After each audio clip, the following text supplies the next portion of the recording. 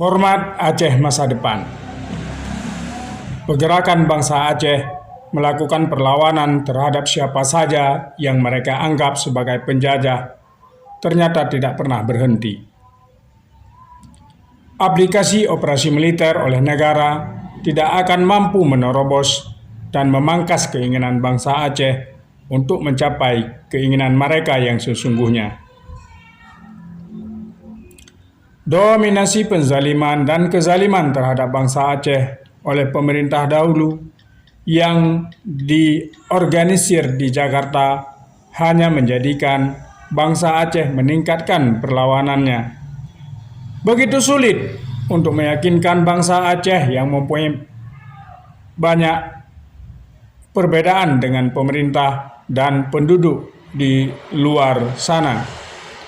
Suatu kenyataan historis bangsa Aceh dan ketidakjelasan integrasi Aceh dengan Jakarta justru akan memelihara perlawanan sepanjang masa. Jakarta boleh saja mengatakan bahwa Aceh bahagian dari Indonesia yang harus diamankan. Tetapi di sisi lain, bangsa Aceh yakin dan mempunyai banyak bukti bahwa mereka adalah sebuah bangsa dan tidak merasa bergabung dengan Indonesia.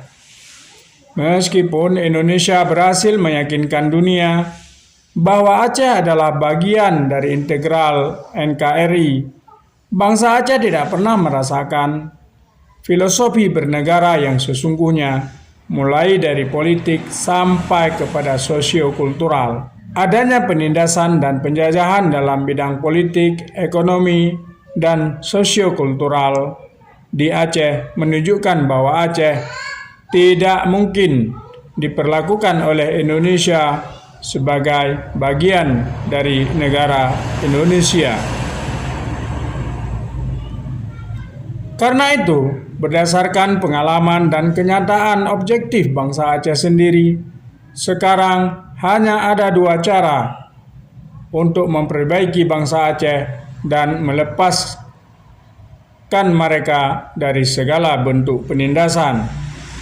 Kedua cara ini tentu memiliki kemungkinan besar bahwa konflik politik vertikal dan krisis kemanusiaan yang masih berlangsung bisa diatasi dengan cepat dan damai.